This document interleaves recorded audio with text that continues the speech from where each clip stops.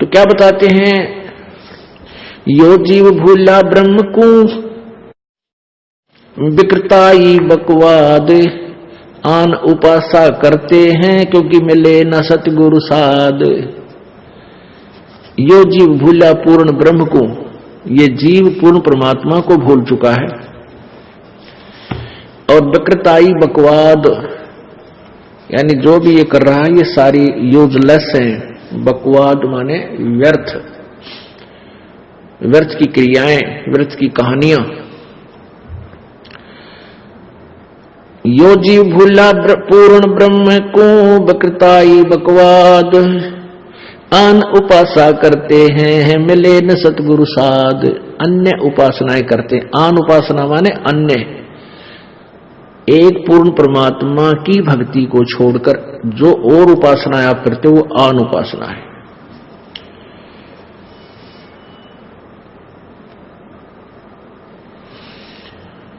हुज्जत हर्ष हराम गति विकृताई ये जाने, लाया ता लागे नहीं समझे नहीं हैवान।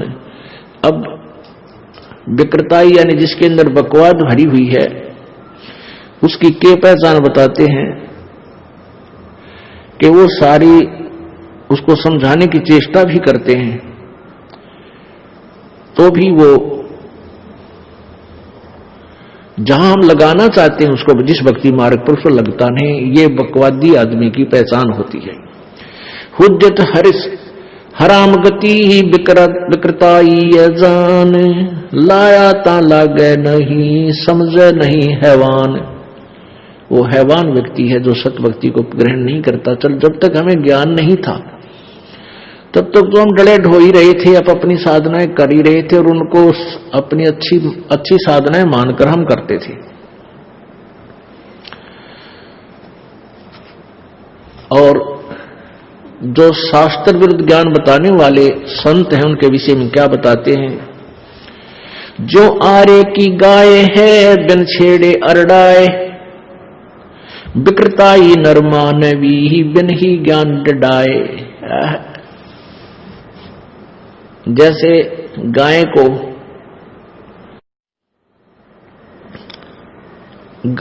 बांध देते हैं कसाई लोग और उसको पता लग जाता है कि तेरे को काटेंगे मारेंगे ये, तो बेचारी निकट आते ही डड्डान लग जाएगी बुरी तरह, अपने आप बिना छेड़े ही वो रांभने लग जाती है, रोती है, डड्डाती है बुरी तरह। तो ऐसे ही कहते हैं ये व्यक्ति जो ज्ञानहीन संत हैं इतने लंबे लंबे प्रवचन करेंगे, डांटे नहीं डटे, पुरानी की अड़गम सड़गम कितनी कथाएं सुना डालेंगे। क्या बताते हैं, जो आरे की गाय है बिन छेड़े अरडाए, विकृताई नरमानवी बिन ही ज्ञान डडावे। डडाना माने ठाड ठाड बोलना, अबे मतलब बढ़ने जा।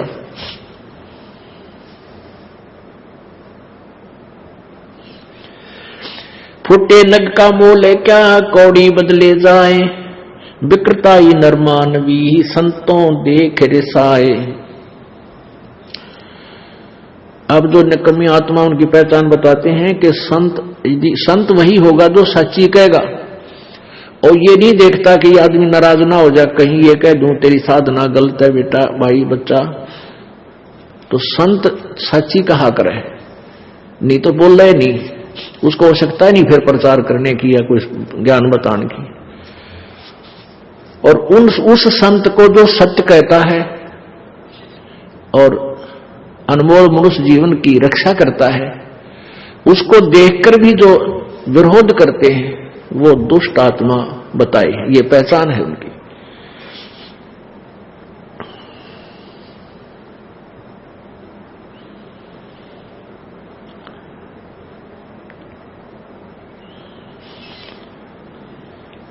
मोतियन माला लीजिए बंचर के गल घाल, तोड़े तागा जान कर विकृताई की चाल। कहते हैं जैसे बंदर के गल में मोती की माला डाल दे, मोतियों की कीमती, वो पकड़ कर तोड़ कर फेंक देगा। ऐसे ही जो निकम्मी टाइप की आत्माएं हैं, उनको यदि आप बोलो चलो के ले भी आते हो यहां और उपदेश दिला देते हो, वो रखेंगे नहीं, ऐसे तोड़कर फेंक देंगे। वो पाप आत्मा है।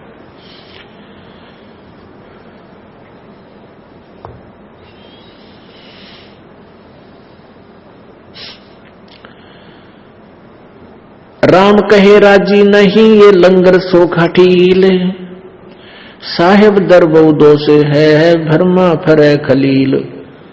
और दूसरी पहचान बताते हैं कि यहां सत्संग यथार्थ स्थल पर आएगा तो यहां तो 100 दोष निकाल लेगा अपने मन में, ये ऐसे करते हैं, ये ऐसे करते हैं, और धक्के खाता अंडे जानवर की पहाड़ों पर पर्वतों पर।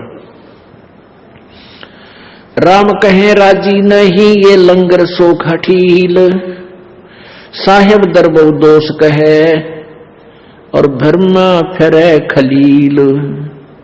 यो मन भूला पूर्ण ब्रह्म को दुनिया देखण जाए, और चोरी में चित देते है सुन सुन भक्ति रिसाए। आप तो मेरे खोटे काम करे। और जहां ये आजा के बरवाड़ा में संत रामपाल जी बहुत अच्छा ज्ञान देते हैं, तो फिर हमने सौगाल सुना दे, अरे आप सारे खोटे कर्म करे, दिन में कोई भी आंट नहीं किसी कर्म की। ऐसे व्यक्ति भी संतों में दोष निकाल देते, तो उनको विकृताई कहते हैं, दुष्ट आत्मा बोली जाती है। अब क्या बताते हैं भाई, जन्म जन्म की वासना हुई इकट्ठी आन, निर्मल कैसे होएगा कोई सतगुरु लगे न कान। अब जो ऐसी निकम्मे टाइप की आत्माएं हैं, तो हम सभी ऐसे ही थे जब तक हम इस परमात्मा के तालाब पर नहीं आए थे, इस धोबी घाट पर नहीं आए थे। इस परमेश्वर के तत्व ज्ञान ने हमारे अंदर के वह मैल काट दिए जो हमारे अंदर दोष थे। और जो व्यक्ति यहां नहीं आते, दूर दूर सुने सुनाए से अच्छी मंदी बोल रहे हैं, उनके विषय में कहते हैं कि युगन युगन की वासना और वही इकट्ठी आन, जैसे संचित कर्म है, युगों युगों के इकट्ठे जमा हो रहे हमारे अंदर। और भाई निर्मल कैसे होगा कोई सतगुरु लगे नहीं कान, सतगुरु लगे नहीं कान है। जब तक परम संत नहीं मिलेंगे तो हमारे अंदर के दोष समाप्त कैसे होंगे। साबन और जल का जब तक योग कपड़े पर नहीं होगा, उसका मैल कटेगा कैसे। अब क्या बताते हैं, जिस मंडल साधु नहीं और नदी नहीं गुंजार, तज हंसा वो देसड़ा जम की मोटी मार। जिस मंडल, जिस क्षेत्र में संत नहीं है, वो ऐसा देश है जैसे जिस मंडल में ऐसा इलाका है जहां पर नहर ना हो, दरिया ना हो। तो जैसे उस क्षेत्र में जाने का कोई यूज नहीं, भूखा मरना है, ऐसे ही जिस साधना को तू कर रहा है, जिस भी संत के पास तू बैठा है वो संत नहीं है। जिस ग्रुप में तू चला गया है, उस देश को, उस ग्रुप को, उस गुरु को त्याग दे। जिस मंडल साधु नहीं जैसे नदी नहीं गुंजार, तज हंसा वो देसड़ा यम की मोटी मार। फिर क्या बताते हैं,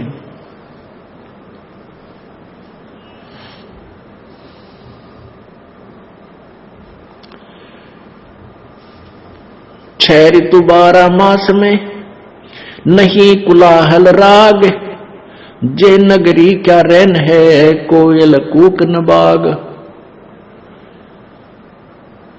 6 ऋतु 12 मास में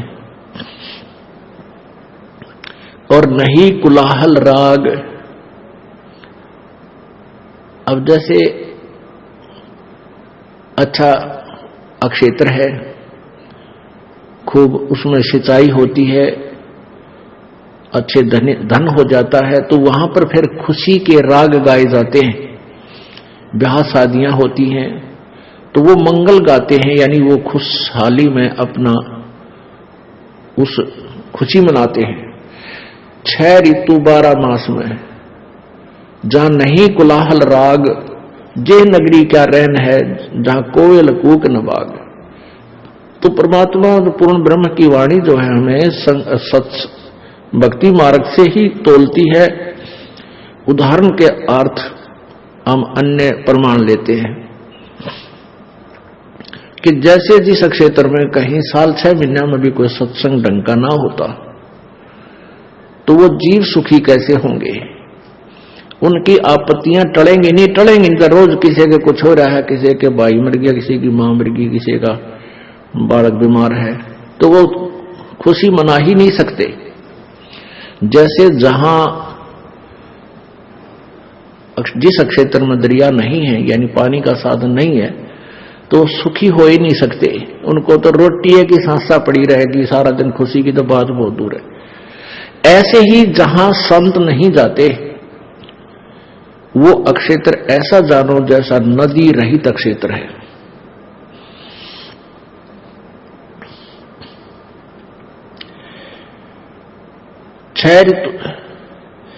बाग नहीं, बेला नहीं, नहीं नदी जिस देश, वहां दुनिया कैसे बसे, जहां संत नहीं परवेश। अब यहां बता दिया उस किस उद्देश्य से बोल रहे हैं ये वाणी,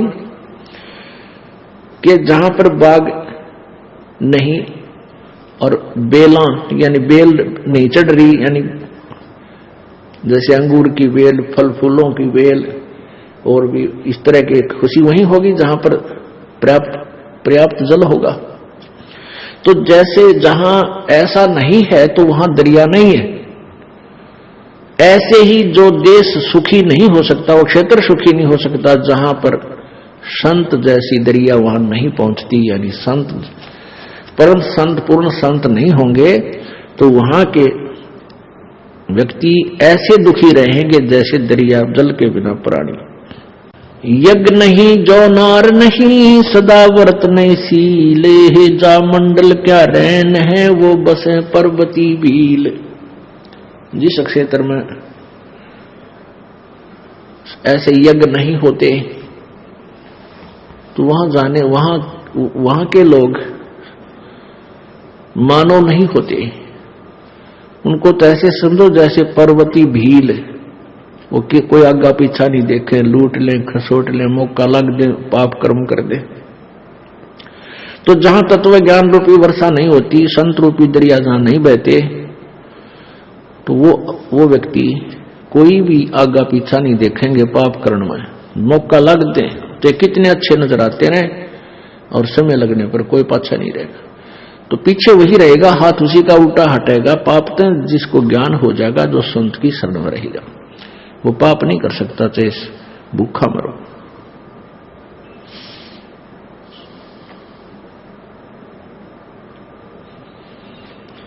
हंस दिशा जहां मनुष्य है, ज्ञान विवेक विचार, सतगुरु भाषा समझ ले, यो हमारा परिवार।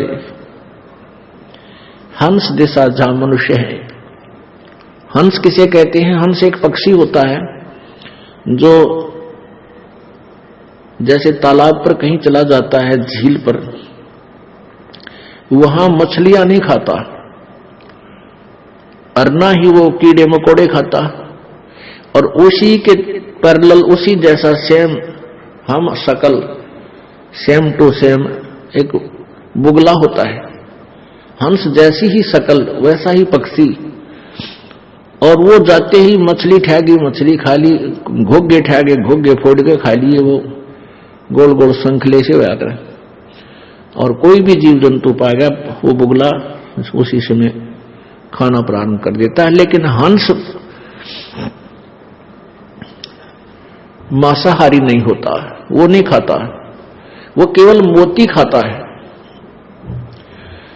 और दूध के अंदर मान ली 1 किलो आप शुद्ध कति प्योर दूध है और उसमें पाइया पानी डाल दो 250 ग्राम और हंस के सामने रख देना, उसको उसमें ऐसी कुदरती क्रिया दी है मालिक ने, ऐसा केमिकल है उसमें ऐसी उसकी जीभ में, वो दूध रह जाए, पानी छोड़ देगा, दूध को पी लेगा। पानी अलग रह जाएगा उसका। दूध और पानी छान लेना, दूध और पानी को अलग अलग कर लेने का तात्पर्य यह है कि हम बुद्धिमान व्यक्ति जो भक्त हैं ये हंस दिशा में आ जाते हैं, हंस सतर पर आ जाने चाहिए। इनको हर तरह से सोच लेना चाहिए पाप और पुण्य की सतिथि को, कि आप जो ये हंस जो होते हैं वो पाप नहीं करते, पुण्य पुण्य करते हैं, वो किसी का बुरा नहीं करते, भला भला करते हैं। ये बट नेचुरल हो जाना चाहिए उन्हें, वो हंस होते हैं। तो यहां कहते हैं हंस दिशा जहां मनुष्य हैं और ज्ञान विवेक विचार और सतगुरु भाषा समझ ले सो हमारा परिवार। जो हमारे परमात्मा के ज्ञान को समझ लेता है, सतगुरु के ज्ञान को समझ लेते हैं, उसके अनुसार चलते हैं, तो वो हमारा परिवार है, वो हमारे भाई बहन है, वो हमारे बच्चे हैं। और जो इस भाषा को, इस ज्ञान को नहीं समझते हैं, वो तो मनुष्य है। पुण्यात्माओं, हमने, क्योंकि शरीर मनुष्य का है, कर्म मनुष्य के उनके भी नहीं है, लेकिन मनुष्य कहलाते हैं। अब हमने मनुष्य से देवता बनना है, मनुष्य हमने देवता बनना है, और उसको सतगुरु ही बना सकते हैं। मानुष से देवता किया करत न लाई बार, ये सतगुरु ही कर सकता है। अब मानो तो वो भी हैं जो सारा दिन पाप करें, खोटे खोदें, आप जैसे नजर आएंगे, और एक आप हैं, आप पाप नहीं कर सकते, 100 बार सोचते हो किसी का बुरा करते समय, तो आप भी मनुष्य हैं और वो भी मनुष्य। तो हंस और बुगला एक कैसर, एक सरोवर पर हंस और बुगले दोनों हो, उनकी पहचान बताई जाती है कि बुगला तो जाते ही मछली का दुश्मन होगा, और बुगला नहीं, और हंस नहीं होगा, खड़ा रहेगा, वो छुएगा नहीं उसको। ऐसे ही आप कहीं खड़े हो, भक्त है, और दूसरे भी व्यक्ति खड़े हैं, सामने शराब की दुकान दिखी, जब वह पहुंचेगा गोजमा हाथ दिए पौवा, और भक्त उधर देखेंगे भी नहीं, तो ये समझ ले वो तो बुगला है, उसने तो मछली मार ली, और हंस उसकी तरफ ही देखेंगे। हुक्का पीवे, बीड़ी पीवे, ले भाई ला ले, तू भी पिला ले, तो भक्त नहीं छुएगा कि ना भाई बस मैं नहीं पीता। तो ये हंस और बुगले की पहचान हो जाएगी। जो इन बुराइयों को त्याग देंगे वो मनुष्य, फिर वो हंस हो जाएंगे। तो वो कैसे होंगे भाई? युगन युगन की वासना हुई इकट्ठी आने, निर्मल कैसे होगे सतगुरु लगे न कान। यानी सतगुरु के विचार तुम तक पहुंचे नहीं तो आपकी ये बुराई छूटेगी कैसे, आपकी ये अपराध कैसे छूटेंगे जब तक आप संत सन में नहीं आओगे, आप सत्संग में नहीं आओगे।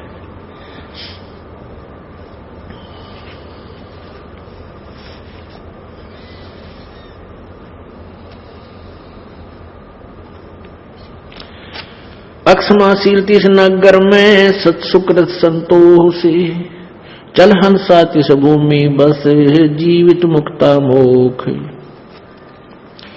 शंका डायन साल सब सूल शरीर मिटंत,